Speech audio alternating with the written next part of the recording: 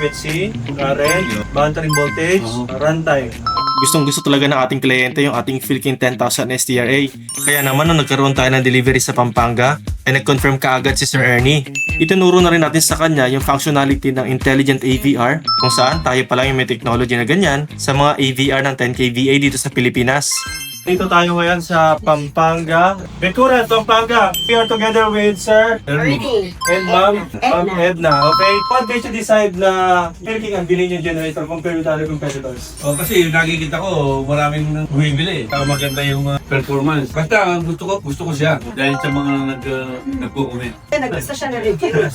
Kami doon itong Pampanga with love. Presyo nating Philkin 7,000 STRA, 75,000 with automatic transfer switch. Maraming salamat, sir. Sige, thank you. Ready? Oh. And ma'am, para sa pagtangkiling sa Best Buy Mindoro. Para sa inyong mga orders, comments, and suggestions, si Marky mag-text, tumawag sa aming cellphone number na magpa-flash yan sa inyong screen. Bisitahan namin Facebook, YouTube, and TikTok for more videos.